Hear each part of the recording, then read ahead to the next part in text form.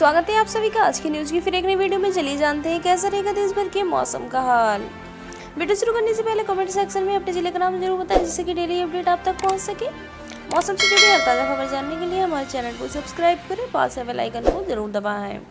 आ गई लू से राहत वाली खबर, मानसून ने दे दिया शुभ संकेत। यूपी में कब होगी बारिश? आईएमडी की माने तो मानसून गंगा के मैदानी इलाकों से उत्तर भारत में प्रवेश करेगा। फिलहाल उत्तर प्रदेश में गर्मी से लोगों का बुरा हाल है, मगर अगले 4-5 दिनों के बाद लू से राहत मिल जाएगी। उत्तर भारत के मैदानी राज्यों में मानसून जल्दी खुशखबरी सुनाने वाला है। इसके लिए शुभ संकेत मानसून ने दे दिए हैं।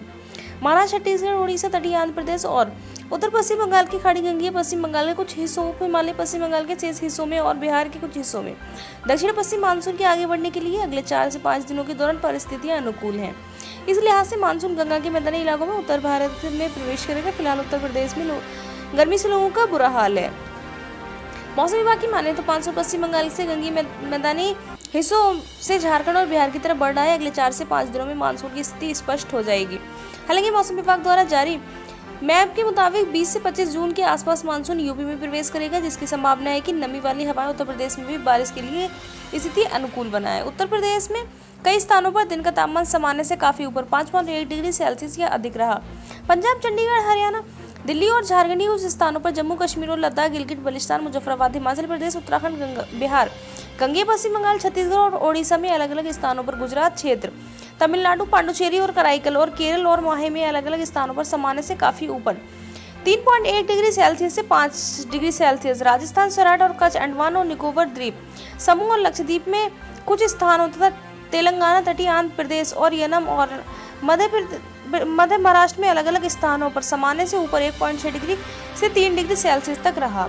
रायलसीमा के कुछ स्थानों पर ये सामान्य से काफी नीचे 3.1 डिग्री सेल्सियस से 5 डिग्री सेल्सियस रहा। विदर्भ, कोंकण और गोवा तथा नागालैंड, मणिपुर, मिजोरम और त्रिपुरा में अलग अलग स्थानों पर, मराठवाड़ा में अलग अलग स्थानों पर सामान्य से नीचे 1.6 डिग्री सेल्सियस से 3 डिग्री सेल्सियस और देश के काफी हिस्सों में तापमान सामान्य रहा। देश भर में सबसे अधिकतम तापमान 47.2 डिग्री सेल्सियस बक्सर, बिहार में दर्ज किया गया।